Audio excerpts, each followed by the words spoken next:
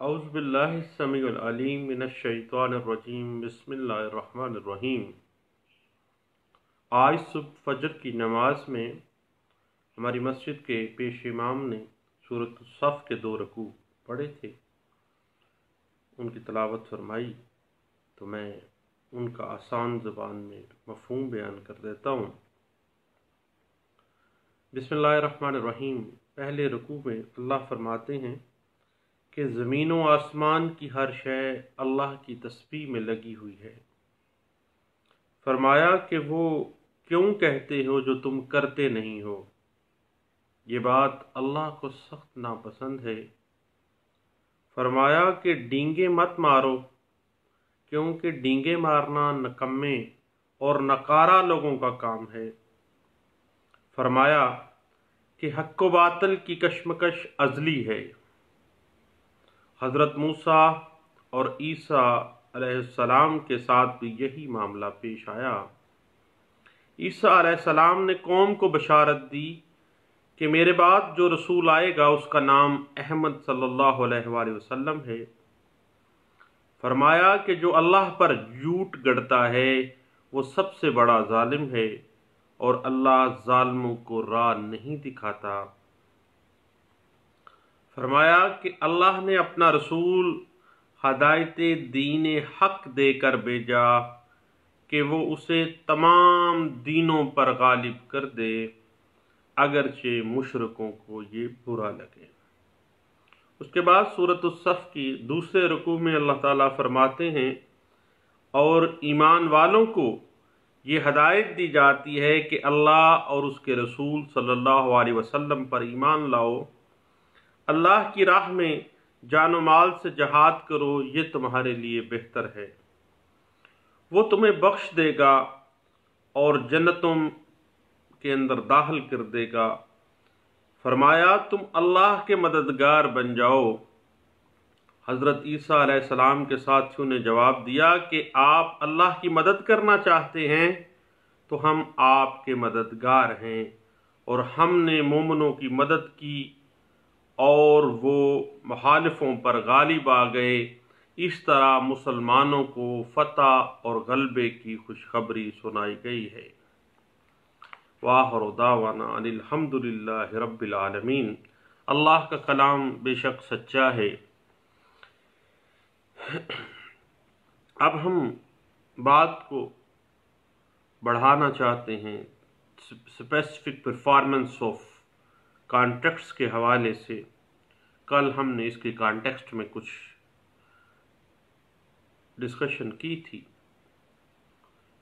तो याद रखिएगा पहली बात जो जहन नशीन कर लीजिएगा कि इमूवेबल प्रॉपर्टी के एतबार से जो भी इकरारनामा मुआहदा बै किया जाता है वो उस प्रॉपर्टी की बाबत किसी किस्म का कोई टाइटल क्रिएट नहीं करता, किसी किस्म का कोई हक़ मलकियत क्रिएट नहीं करता, और मुआहदा बै किसी किस्म का हक़ मलकियत पैदा नहीं करता। इस हवाले से PLD 2018 supreme court of Pakistan page 189 और PLD 2006 Lahore high court page 1518 और 2008 SCMR पेज 1416 और 2006 YLR पेज 1280 इस बात की इंटरप्रिटेशन करती है। उसके बाद एक बड़ी टेक्निकल सी बात है, जब भी कभी दावा तामील मुख्तस में आप आते हैं तो अगर आप बोनाफाइड परचेजर हैं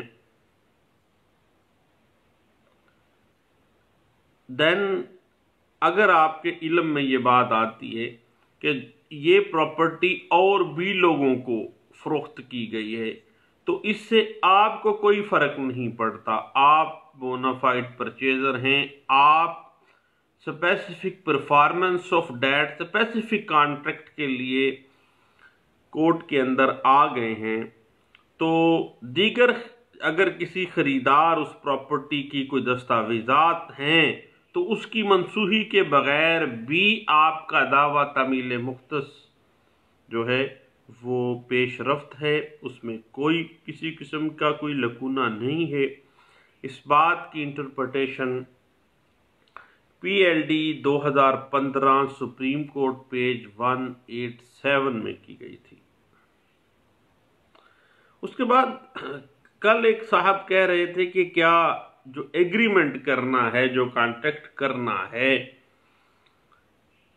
एग्रीमेंट आपको पता है कि ऑफर एंड एक्सेप्टेंस जो है वो एक agreement, offer acceptance and with reasonable consideration, यानी किसी तबादले के नतीजे में जो भी लेन देन होता है वो एग्रीमेंट होता है। कॉन्ट्रैक्ट जो है हर वो एग्रीमेंट जो बाय लॉ इन्फोर्सिबल होता है वो कॉन्ट्रैक्ट बन जाता है। अब एक एग्रीमेंट टू सेल किसी इमूवेबल प्रॉपर्टी को एग्रीमेंट टू सेल करने के लिए स्टैम्प पेपर कहाँ से खरीदे जाएंगे, तो याद रखिएगा कि स्टैम्प पेपर खरीदना कोई ज़रूरी नहीं है कि उसी डिस्ट्रिक्ट में से ही खरीदे जा सकते हैं, बल्कि किसी भी ज़िला से खरीदे जा सकते हैं।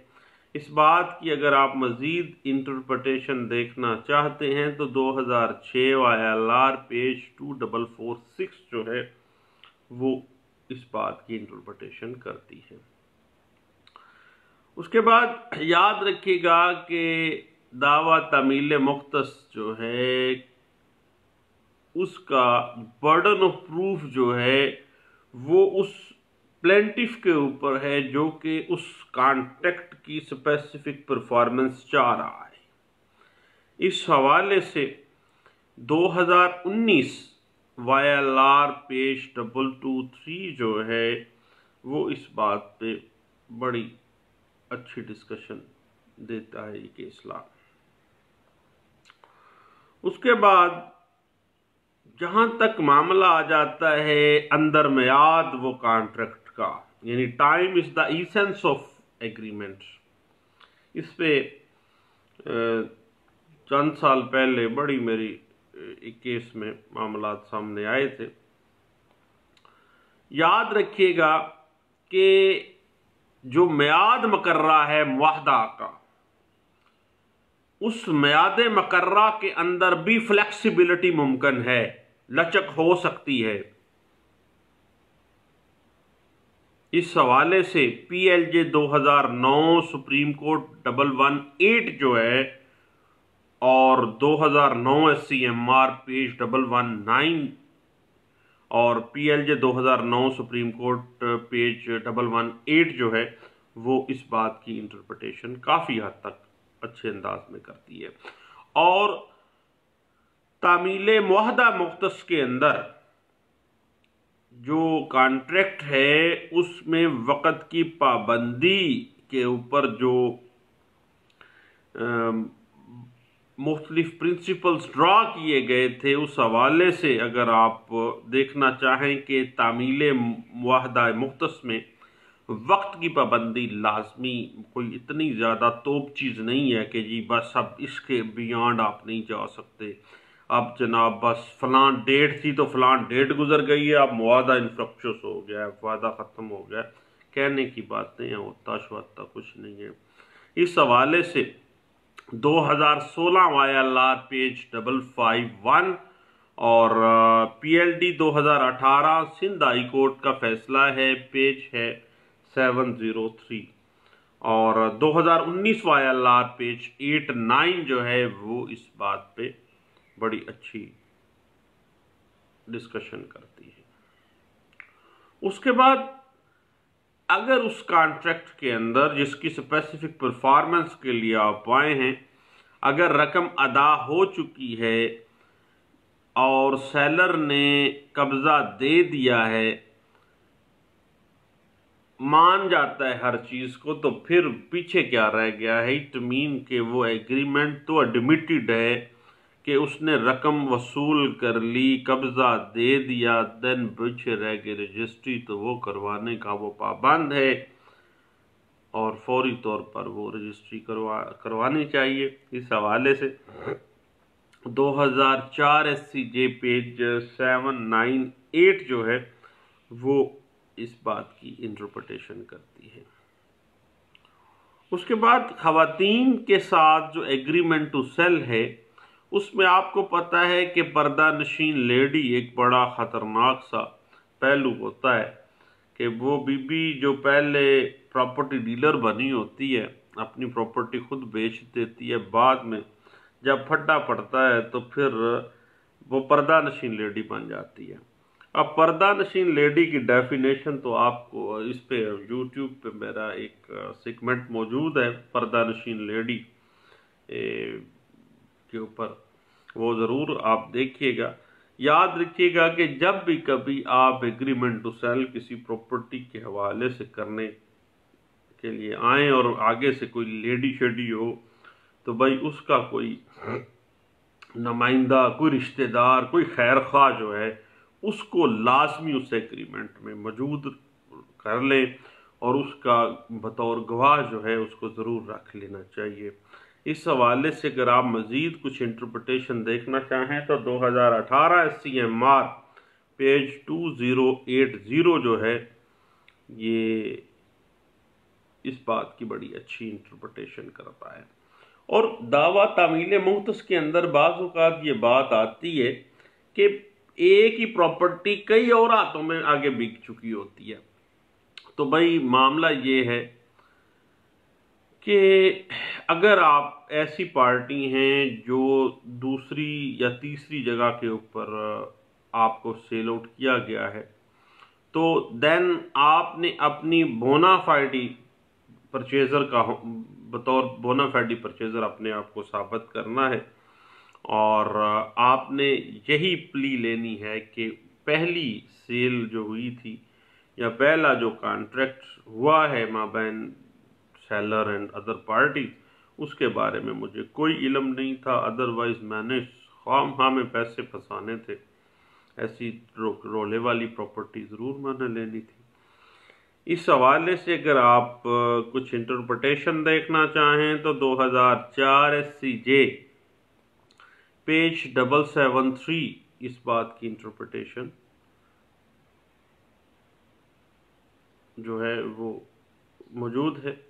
उसके बाद एग्रीमेंट टू सेल के ऊपर दोनों पार्टीज के सिग्नेचर हर सफ़े के ऊपर मौजूद होने चाहिए और अगर उस कॉन्ट्रैक्ट का जो बेनिफिशरी है, जो ख़रीदार है, उसके दस्तखत ना भी हों तो वो कॉन्ट्रैक्ट इनफ्रक्चुअस नहीं हो जाता या वो कॉन्ट्रैक्ट की कानूनी हैसियत कोई ख़त्म नहीं हो जाती।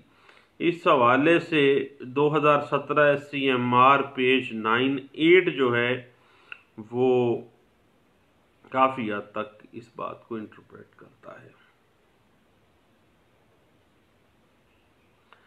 याद रखिएगा कि अगर आप स्पेसिफिक परफॉर्मेंस के कॉन्ट्रैक्ट के बाद स्पेसिफिक परफॉर्मेंस ऑफ कॉन्ट्रैक्ट के दावे में आए हैं तो देन आपको अपना नेक नीयत, बोनाफाइडी परचेज़र होना और कंसिडरेशन पे की होनी, ये आपने साबित करना है। और स्पेसिफिक परफॉर्मेंस तो आपको पता है कि डिस्क्रिशन ऑफ कोर्ट है और काफ़ी हद तक इस हवाले से आपको हेल्प आउट करेगा। ये बात दावा तामील मुख्तस के अंदर के आपके हक़ में ये डिग्री हो जाए। इस हवाले से 2008 SCMR पेज 352 और 2003 MLD पेज 878 और 2007 YLR पेज 2689, 2007 YLR पेज 942 और PLJ 2010 सुप्रीम कोर्ट पेज 931 जो है वो आपको काफ़ी हद तक इस बात की इंटरप्रिटेशन दे देती है। उसके बाद याद रखिएगा कि अगर स्पेसिफिक परफॉर्मेंस के दावे के अंदर जो बायर है वो रकम की अदायगी साबित करने से कासर रहता है। बायर इनकार कर देता है कि जनाब इसने तो मैनू पैसा ही नहीं देता, और जो बायर है वो साबित नहीं कर पाता, तो देन इसका जो दावा है, आपका दावा स्पेसिफिक परफॉर्मेंस ऑफ कॉन्ट्रैक्ट का, वो डिसमिस भी हो सकता है। इस हवाले से, क्योंकि पाकिस्तान में मरे और मुकरे का इलाज कोई नहीं है, अगर बंदा गया ना मुकर कि भाई पैसा इसने मुझे दिया नहीं थी, वसूली तो कैसे डलवाई है, तो फिर आप स्पेसिफिक परफॉर्मेंस ऑफ कॉन्ट्रैक्ट के दावे के अंदर रुल जाएंगे बतौर प्लेंटिफ।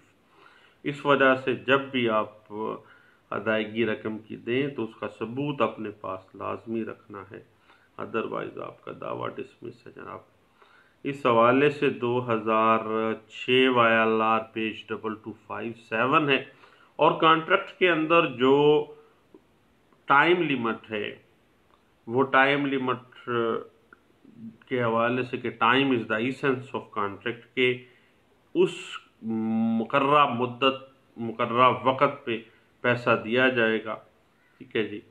और अगर नहीं भी दिया जाता तो फिर आपको पता है कि वो रिसेंट करवाना पड़ेगा आपको उस कॉन्ट्रैक्ट को। फिर भी इस हवाले से time is the essence of contract के हवाले से, अगर आप एक लैंडमार्क असेसमेंट है, अभी 2-3 दिन पहले ही मेरी नज़र से गुजरी है, वो है 2019 YLR पेज 8-9 जो है, वो काफ़ी हद तक आपकी हेल्प आउट करती है।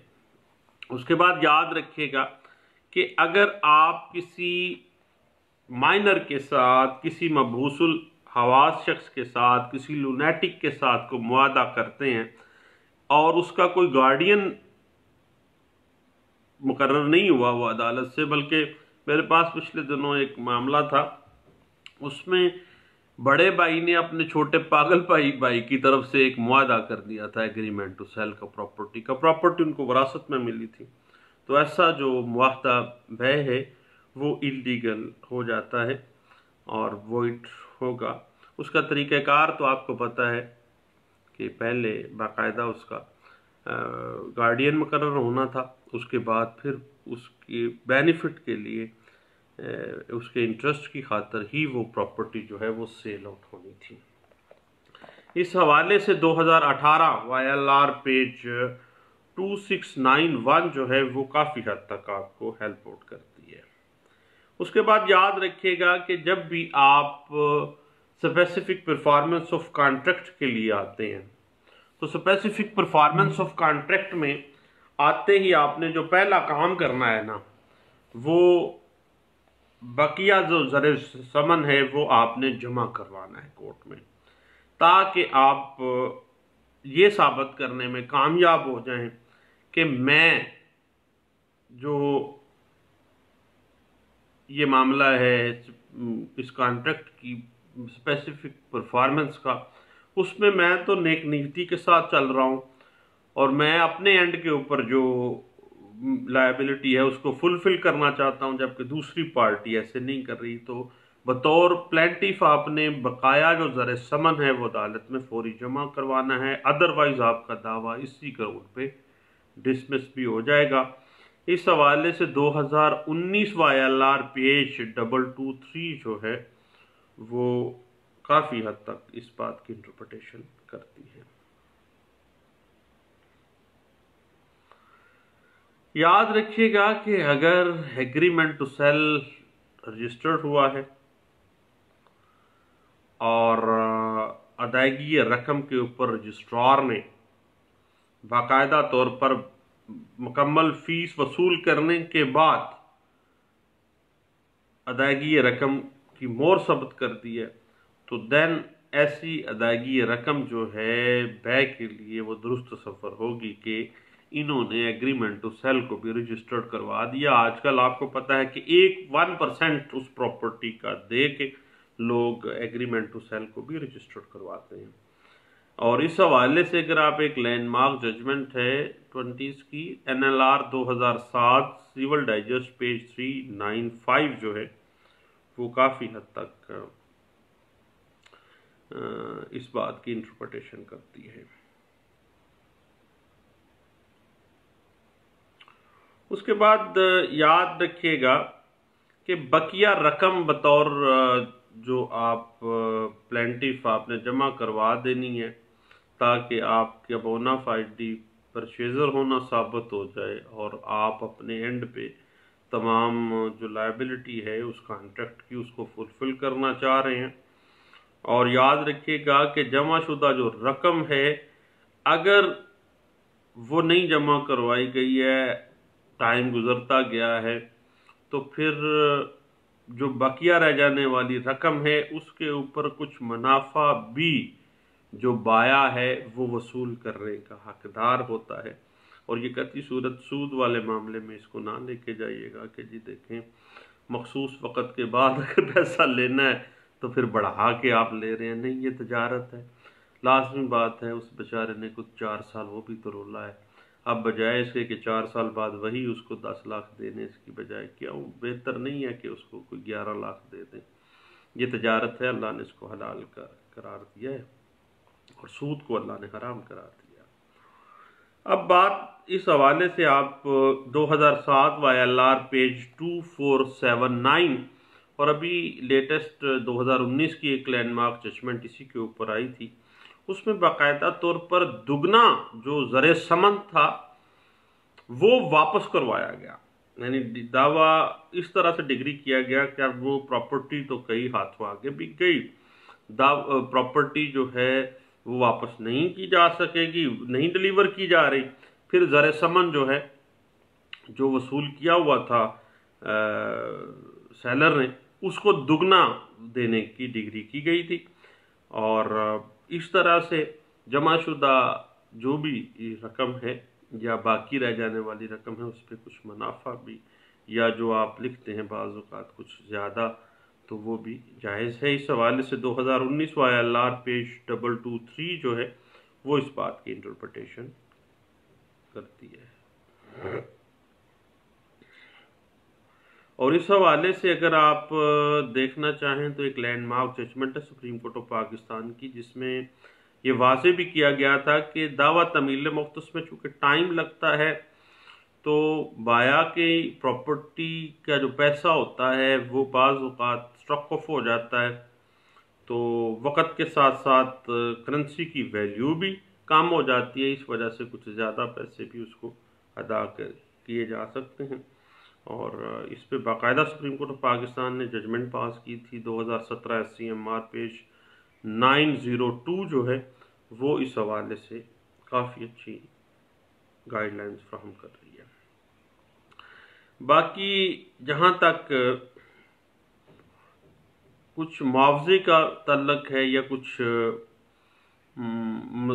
जो है कंपनसेशन का तल्लक है, तो चूँकि कीमतें बढ़ जाती हैं प्रॉपर्टी की भी, करेंसी डीवैल्यू हो जाती है, तो प्रॉपर्टी का जब भी दावे में आके बंदा जलील हो तो वो कुछ मुआवजे का भी हकदार हो जाता है। इस हवाले से NLR 1999 अपील केसेस पेज 88 जो है वो इस पे इंटरप्रिटेशन देता है। बाकी याद रखिएगा कि दावा तमील मुख्तस जो है वो एक सिविल कोर्ट की डिस्क्रिशनरी पावर है, डिस्क्रिशन ऑफ कोर्ट के ऊपर इसका इन्हसार है, लेकिन डिस्क्रिशन ऑफ कोर्ट हमेशा आर्बिट्रेरी नहीं होनी चाहिए बल्कि इंसाफ के तकाज़ों पे मबनी होनी चाहिए।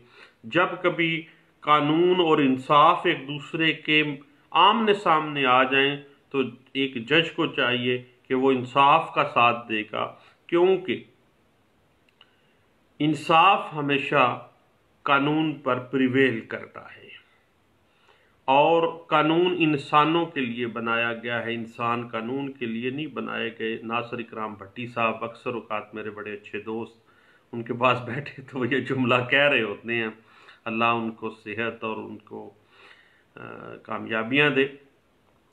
उसमें याद रखिएगा कि दावा तमील मुख्तस जो है that is the discretion of court है।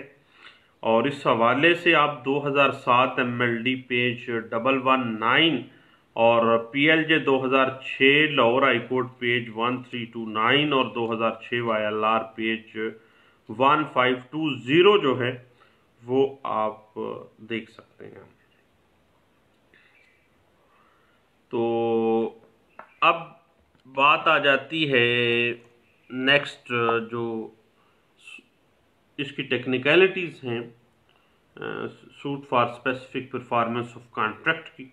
तो फिर इंशाल्लाह जो है नेक्स्ट इंशाल्लाह इस पे हम मज़ीद कुछ गपशप लगाएंगे। दुआओं में मुझे याद रखिएगा, इंशाल्लाह बातें होती रहेंगी। बहुत शुक्रिया, थैंक यू, अल्लाह हाफिज़।